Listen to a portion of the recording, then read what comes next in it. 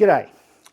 I want to talk to you today about something that seems fairly basic, but it's really important to the quality of your images, and that's how to hold your camera properly. That's it? Okay, lovely. Turn your face that way a bit, Layla. Yeah. That's it. Great.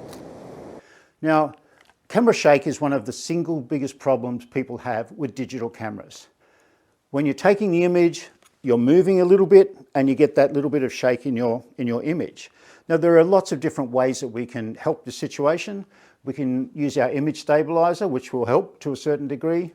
We can use faster shutter speeds, which will also help. We can use a tripod or some sort of camera support, which will help as well. But holding your camera is going to make a huge difference because most of the shots we take are handheld. So knowing how to hold your camera properly and more still will make a difference to getting less camera shake.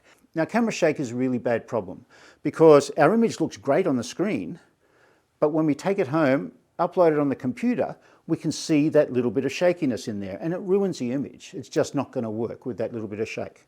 We can do a little bit in Photoshop or some other programs to negate that shake a little bit, but you're much better off to get it sorted out when you're taking the shot. So holding your camera is one of the basic things that we need to know, how to do it properly. Now, I've seen people, because I teach lots and lots of people over the years, I've seen people holding their camera like this and like this, even people, various different ways that they hold their camera because nobody's ever taught them the correct way to do it. Now, everybody has different size hands and different size cameras. This is my basic APS camera that I have shot most of my stuff on over the years. It's a reasonably small camera and I have reasonably big hands. But the best way to support your camera is with your left hand underneath. If you're left-handed, you're out of luck. They don't make left-handed cameras. So your left hand goes underneath your camera, which means that you can zoom and you can focus with these fingers without moving your hands. You don't want a hand position that means that you've got to move your hands every time you do something on your camera. You want to get it in the position and keep it there for the whole time. So that palm of the hand thing is going to allow you to zoom and focus with your fingers here without moving that hand around.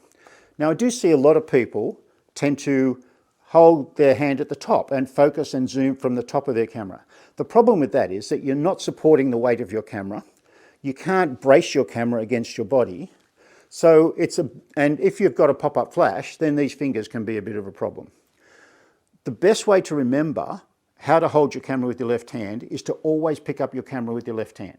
Because if you pick up your camera with your left hand, your hand naturally goes underneath it so that you don't have a problem then. You just leave it there, okay?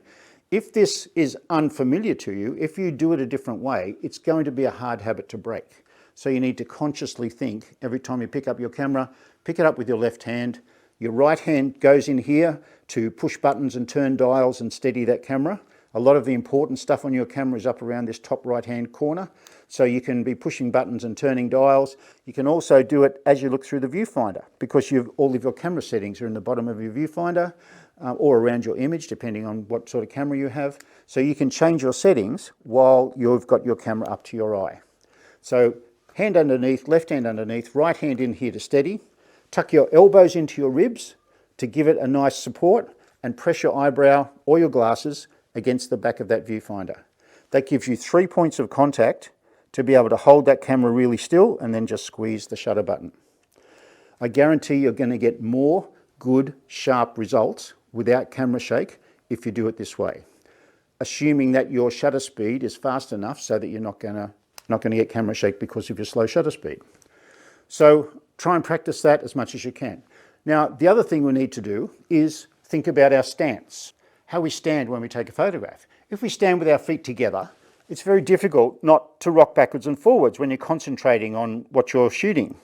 And that means it's not going to be a major problem if you're shooting a landscape or something that's a long way away. But if you're shooting something close, like a flower or a bee on a flower or something, if you focus and then rock forwards a couple of centimeters, it's going to be out of focus. It's not going to be right. So even with your feet apart, it's not going to work because you can't stop that forward or backward sway. So take a clue from people who shoot rifles. They need to stand with their feet apart. They need to make sure that that rifle sight is dead center on the bullseye. So they stand with their feet apart and they shoot along the line of their toes, okay? You can still tuck your elbows in and press your eyebrow against there, but it's a much more stable platform. And if you need to, as that flower moves in the wind, you can controllably rock forwards or backwards to control where that focus point's going to be. And even if you take crummy photographs, you'll look like a photographer. People say, oh, look at that girl over there. She knows what she's doing. I'll get her to shoot my wedding. So concentrate on this. Try to have good camera technique. Hold your camera properly. Tuck your elbows in. Press your eye against the viewfinder. And use that wide stance. Shoot along the line of your toes. Imagine you're on a skateboard or a surfboard. Your toes are pointing this way. That's the way your camera points. Okay? Give it a go. I'm sure you'll notice a difference. Now, if you're shooting with live view, as many people do, then it's not quite as easy. The stance, the elbows, everything else is the same, but you've got to concentrate a little bit more to keep that camera still. So your shutter speed may need to be a bit faster to negate any of that camera shake. But give it a go and see. You may prefer to do live view or you may prefer to do up to your eye. It's up to you. Try it and see.